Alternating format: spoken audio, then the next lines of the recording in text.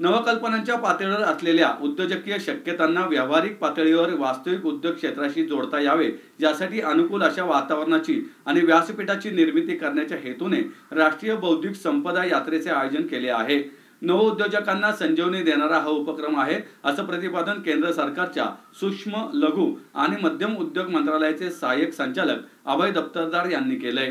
केंद्रीय MSME मंत्रालयाच्या सहयोगाने AIC पिनॅकल एंटरप्रेन्योरशिप फोरमच्या वतीने आयोजित दुसऱ्या राष्ट्रीय बौद्धिक संपदा यात्रेच्या उद्घाटन प्रसंगी दफ्तरदार बोलत होते. यावेळी भारत सरकारच्या पेटंट अँड डिझाईन विभागाचे सहनियंत्रक आशिष प्रभात, पिनॅकल इंडस्ट्रीज ग्रुपचे अध्यक्ष अरिहंत मेहता, नेदरलँड्स येथील technical transfer officer Dennis Bevers, Dalit Indian chambers of commerce and इंडस्ट्रीजच्या राष्ट्रीय संयोजिका मैत्रेयी कांबळे, फोरमचे मुख्य कार्यकारी अधिकारी सुनील धाडीवाल आदी उपस्थित होते.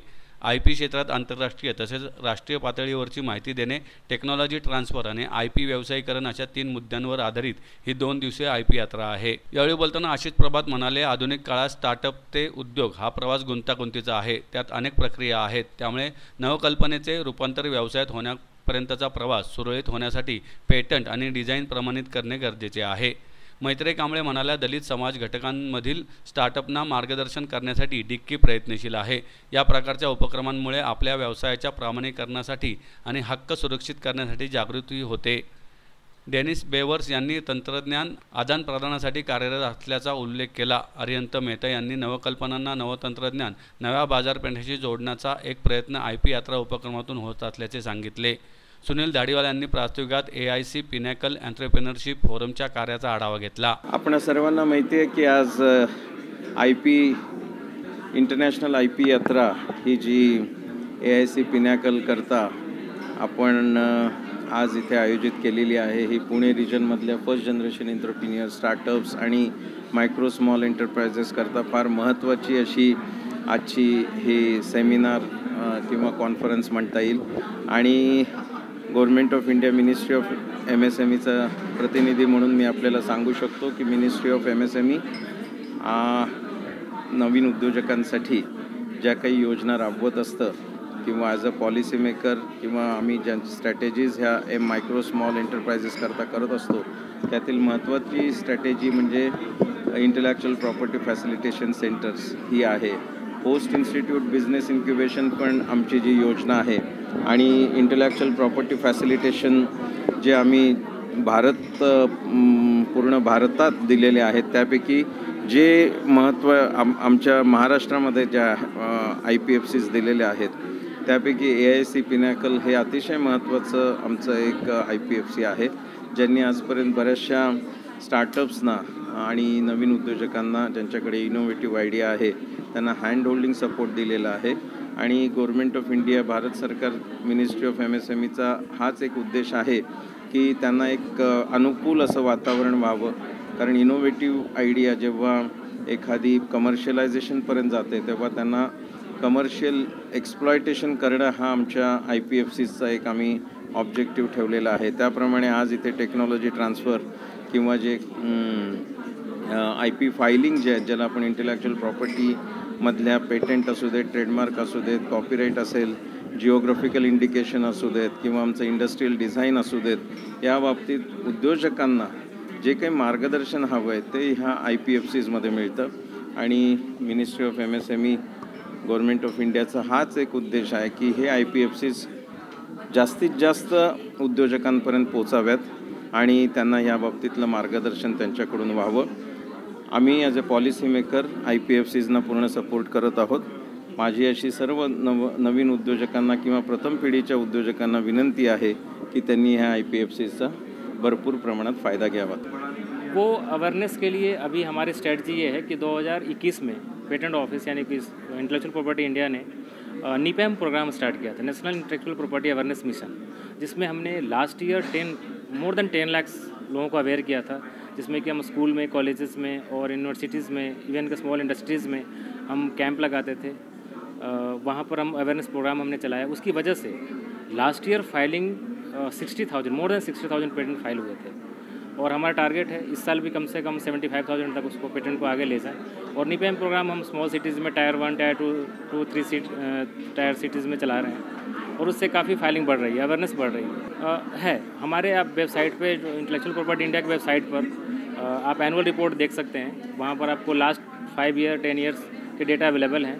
बट मैं आपको ये बताना चाहूँगा कि अभी रिसेंटली 2 to 3 ईयर्स में हमारी पेटेंट फाइलिंग 20 to 25% बढ़ी है। तो अभी लास्ट ईयर हमने 65 या 80,000 पेटेंट हमने फाइल किया था। पेटेंट फाइलिंग के लिए देखिए क्या है कि जब जिसको यदि मैं कैटेगराइज करूँ पेटेंट फाइलिंग किस किस के लिए इंपॉर्टेंट है, तो जो एकेडमिशियन हैं, फॉर एग्जांपल जो प्रोफेसर हैं, साइंटिस्ट हैं, जो स्टूडेंट्स हैं, जो रिसर्च कर रहे हैं, उनके लिए पेटेंट इसलिए ज़रूरी है कि उनकी पोर्टफोलियो स्ट्रॉन्ग होगी। दूसरी बात कि जब यूनिवर्सिटीज़ के लिए कोई पेटेंट ग्रांट होता है तो उनको NIRF में या फिर NAC में या NBA में उनको बेनिफिट मिलता है। साथ ही साथ जब कोई इंडस्ट्रीज़ है या कोई MSME है या कोई रिसर्च कंपनी है, वो जब पेटेंट अपने फाइल करती है तो उसके थ्रू वो कमर्शलाइज कर सकती है। अदरवाइज रिसर्च अच्छी चीज़ है, बट जब तक आप रिसर्च के बाद आप पेटेंट जब प्रोडक्ट जब लॉन्च करते हैं तो वहाँ पर आपको पेटेंट प्रोटेक्शन बहुत ज़रूरी है।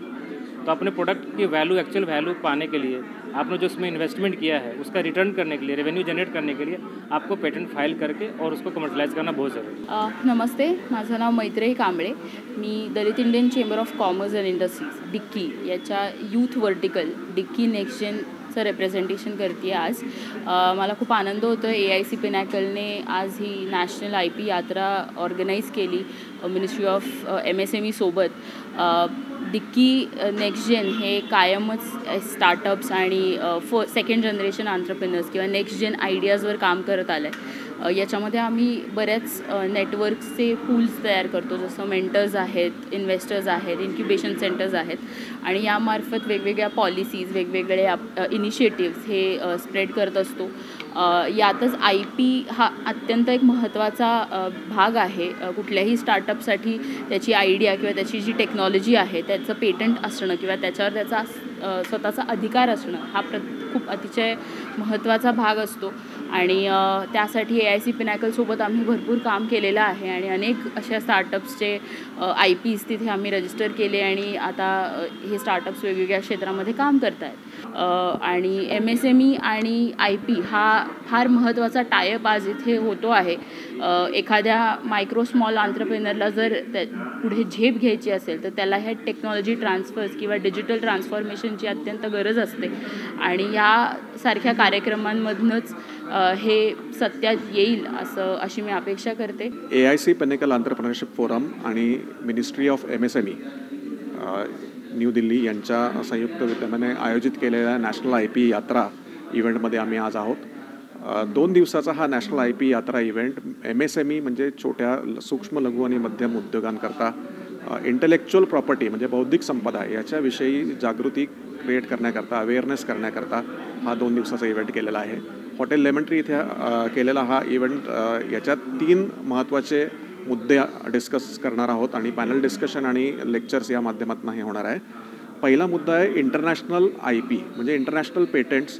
आंतरराष्ट्रीय स्तरावरती दुसऱ्या कंट्रीजमध्ये, दुसऱ्या देशांमध्ये पेटंट, ट्रेडमार्क, कॉपीराईट, डिझाईन याच्याबद्दलची माहिती आपण याच्यात देणार आहोत आणि इंडस्ट्रीचे 150 पार्टिसिपंट इथे आहेत या गोष्टीकरता. दुसरा मुद्दा या इंटरनॅशनल IPच्या नंतरचा मुद्दा आहे तो आहे टेक्नॉलॉजी ट्रान्सफरचा. म्हणजे फॉरेन कंपनीज जेव्हा भारतात येतात आणि तिकडची टेक्नॉलॉजी आणतात किंवा इथल्या टेक्नॉलॉजीचा आपण तिकडे वापर करतो तेव्हा टेक्नॉलॉजी ट्रान्सफर होते. तेव्हा टेक्नॉलॉजी ट्रान्सफर कशी करावी, त्याचे फायदे काय आहेत, त्याच्याबद्दल आपलं एक सेशन आणि वर्कशॉप इथे होणार आहे जे टेक्नॉलॉजी ट्रान्सफर होती. आणि तिसरा आहे IP कमर्शलायझेशन म्हणजे ज्या उद्योगांनी पेटंट घेतलेले आहेत त्याला कमर्शलाइज कसं करता येईल, त्याच्यातनं आपल्याला पैसे कसे उत्पन्न जनरेट करता येईल याबद्दलचं एक तिसरं सेशन आहे. या 3 महत्त्वाच्या मुद्द्यांवरती 2 दिवसाची चर्चा होणार आहे.